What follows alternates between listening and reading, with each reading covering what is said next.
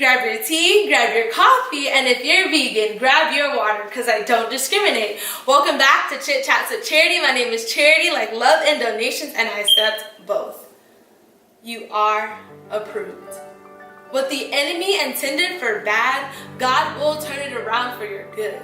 When people told you you would never be nothing, prove them wrong. When they told you you weren't good enough, God says, I created you in my image. So who are they to try to even speak on your worth?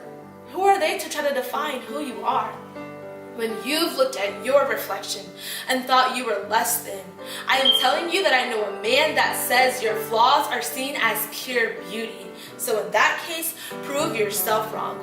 But either way, enough is enough. Isaiah 61 verse 3 says that God will comfort all of those who mourn and provide for those who grieve in Zion, to bestow on them a crown of beauty instead of ashes, the oil of joy instead of mourning, and a garment of praise instead of a spirit of despair.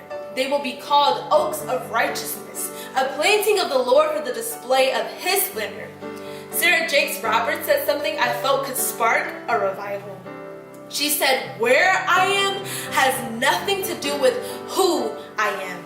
If you looked at where I was, you would see an addict. But God said, no, you are set free. If you looked at where I was, you would see a girl held in chains of anxiety. But God says he has already broken those chains.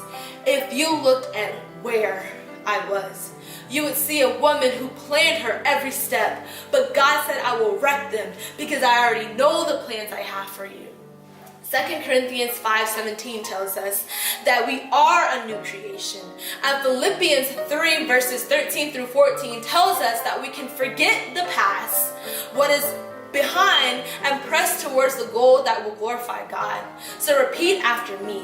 I know who I am. And be able to stand up and say you know who you are. When people speak against your values, prove them wrong by your actions. We all fall short of the glory of God. So if someone speaks down on who you are, I dare you. I dare you to pull out a mirror and point it right at them. I guarantee you they have made mistakes too.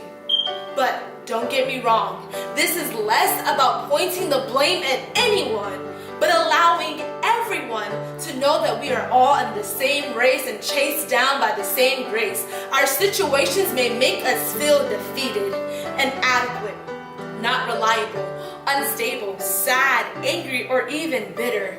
But God says, I am adequate, that he will make all things new, that I am his masterpiece, gracefully forgiven, and that he will make me whole, and that I am enough. Imagine someone telling you that you weren't worth it.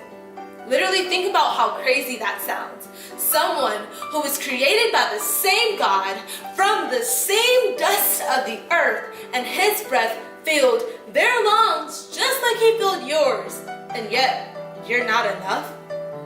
God has chosen you, set you apart for such a time as this. You are more than worth it. You are so worth it that an innocent man would willingly die on a tree he created for your hurt, your losses, every ounce of doubt, and every single time you fall short. You are just that worth it that when you feel alone, he'd go above and beyond to let you know that he will never leave nor forsake you. So the next time someone tries to come for you, your character, your worth, and your identity, prove them wrong, because you are forgiven. You are a friend of God. You are adopted into a royal priesthood. You are cared about. You are worth dying for.